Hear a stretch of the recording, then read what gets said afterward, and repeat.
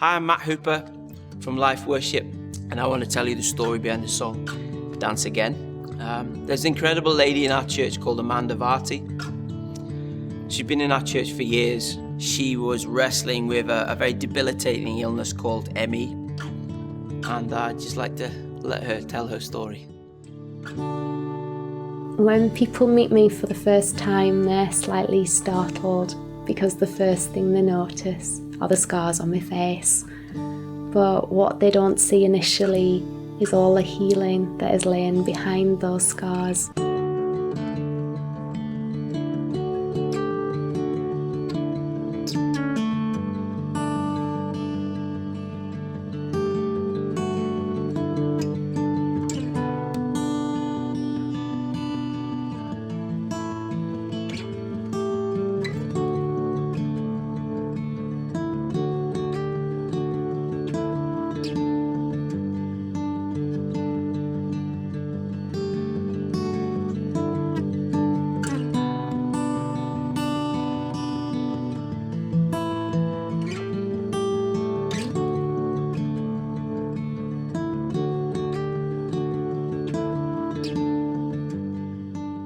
I was there, I was holding Steve's hand and we were praising God. And as I did that, this strength came into my body. I sat upright and I remained sitting upright for an hour and a half. And then I realised that I was holding my arms in the air in worship. These were arms that couldn't normally lift a fork to my mouth. There was an 8-month period where when I was in church, the strength would come into my body, but the moment I left church, the strength would drain away. And I am so glad I persevered, because in April 2012, I went into church, I was prayed for, and I got out of my wheelchair and I walked.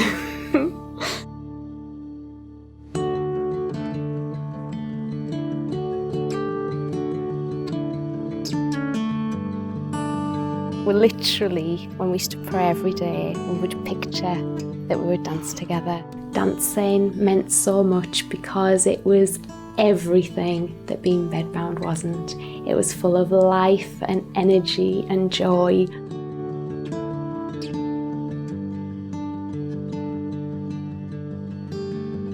I managed to struggle to a worship service at church. And as I began to worship God, this amazing energy filled me. I pushed the walking frame aside and then I began to dance.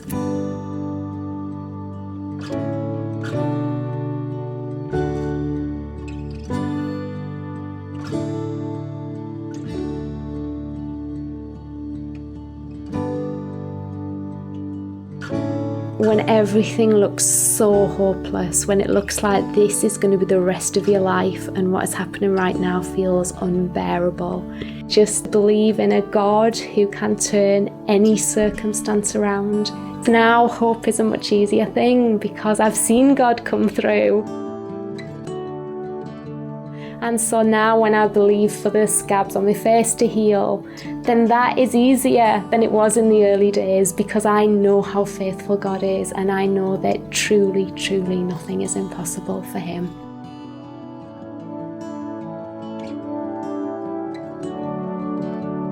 For so many of us, we live between the promise that God gave us and the realization of that promise. There's a big gap sometimes for us to live in.